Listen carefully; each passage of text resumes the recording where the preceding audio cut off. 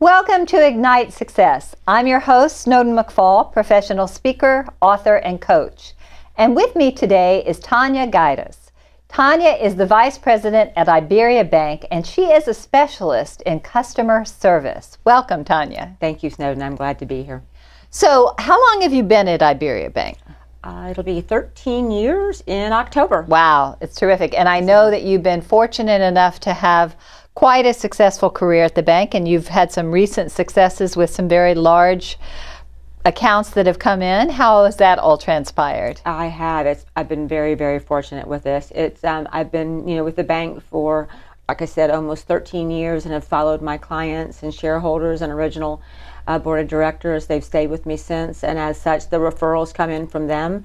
And most recently, two great people referred very large businesses, and they decided to bring their full relationships over, millions of dollars. It seemed to all just come at once, which was really great, but long time coming. One of them took over a year to really bring on board, and then the other one came rather quickly, but I believe it was meant to be, and I'm really happy to have them part of the Iberia Bank family. So congratulations. That's awesome. I'm very excited. So there's a lot changing in the world of banking these days. What do you see for the future in terms of banking?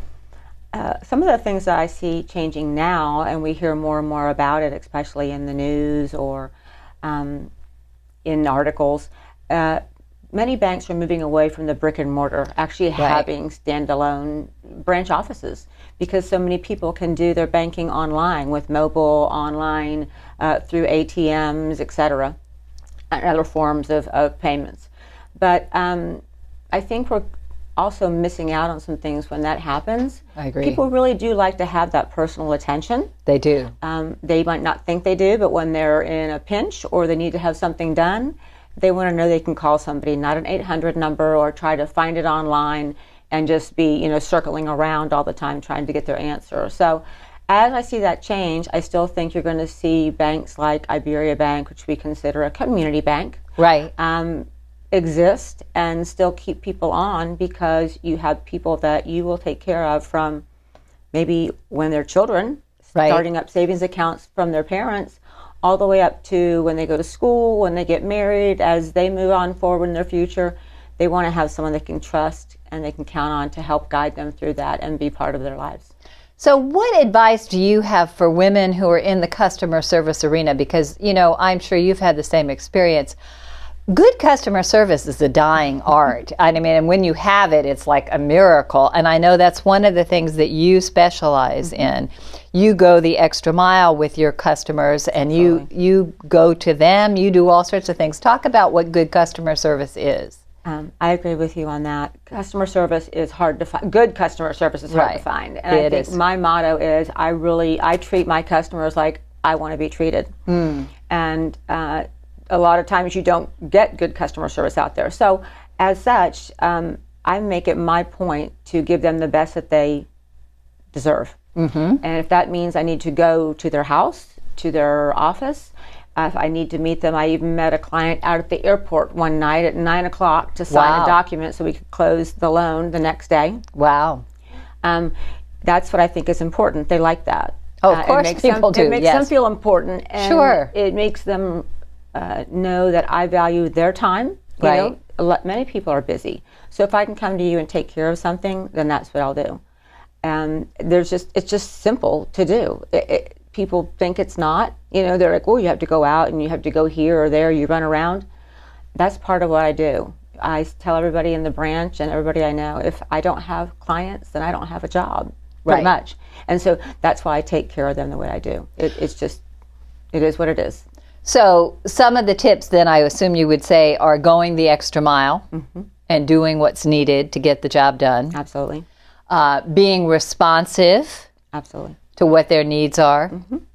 And continually supporting them through all the different changes in their lives. Absolutely. So that continuity is really, really important. Right.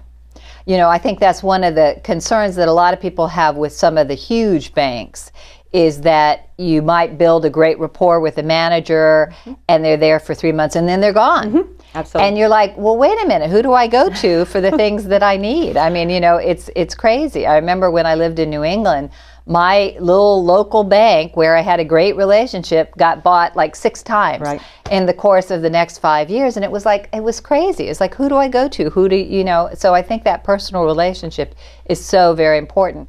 What I think is particularly extraordinary about you, Tanya, is trying to balance it all. You've been doing a lot of this work for the last few years with your mom in a nursing home in the Midwest, and then she sadly passed away in the past year. Is that right? Yes, ma'am.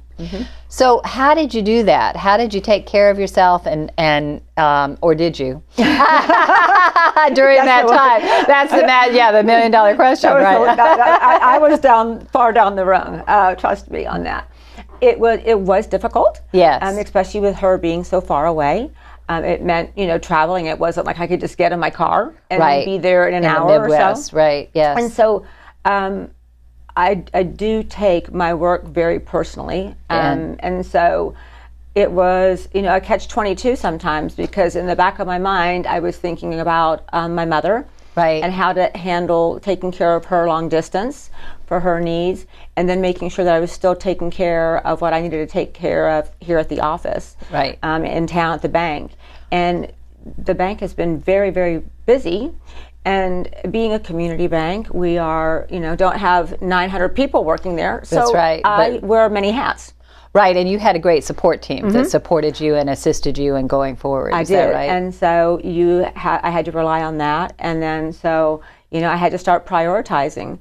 And there were many times when I was out there visiting or taking care of medical needs, or eventually at the end, I was a nervous wreck because there were giant deals that were happening around this time. I was on my computer and I was trying to log on and take care of things while I'm with her and trying to assist her. And, I finally had to say one day, I was sitting in a room for 21 hours straight, that maybe when I, just take a break sometimes, don't be worrying about it. And then I would just go take care of it later on in the afternoon when I had a chance, when she, was resting. But it was difficult to try to. Well, thank you so much for the great customer service, for the realistic picture of what it's like to be a busy woman with multiple responsibilities. And people can come and see you on Bay Street at the Iberia Branch Bank, right? Absolutely, the corner of Bay and Hogan. We even take drive-bys, so to speak. We'll come and get it from you for you. Thanks so much, Tanya. You're welcome.